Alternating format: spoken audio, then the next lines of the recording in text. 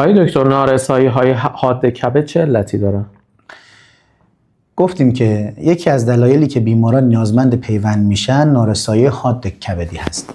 نارسایی حاد یعنی چی؟ یعنی یک آدمی که تا حالا کاملا زندگی سالمی داشته و هیچ گونه بیماری نداشته به یک علتی دچار نارسایی و عدم کارکرد صحیح کبد میشه. حالا چه عواملی این کار انجام میدن؟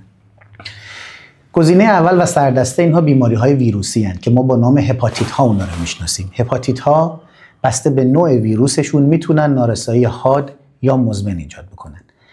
دسته دیگه ای که امروزه باهاشون زیاد مواجه میشیم استفاده از داروها هستن.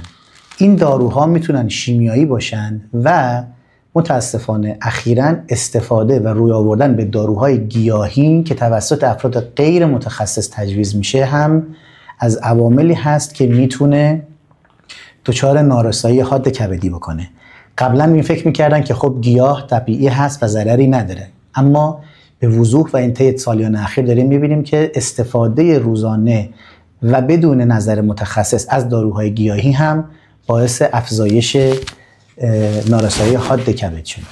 از علل دیگه مصرف الکل هست. الکل معمولاً طوری اتفاق میفته که بیمار دچار به صورت مزمن و طولانی مدت استفاده میکنه و کبد رو آسیب میزنه، اما مواردی هست که بسته به مقدار مصرف الکل و داروهایی که همراه با اون داره استفاده میشه که قطعاً بیمار نمیدونه، راجعش اطلاعی نداره، هم نارسایی حاد کبد اتفاق میفته.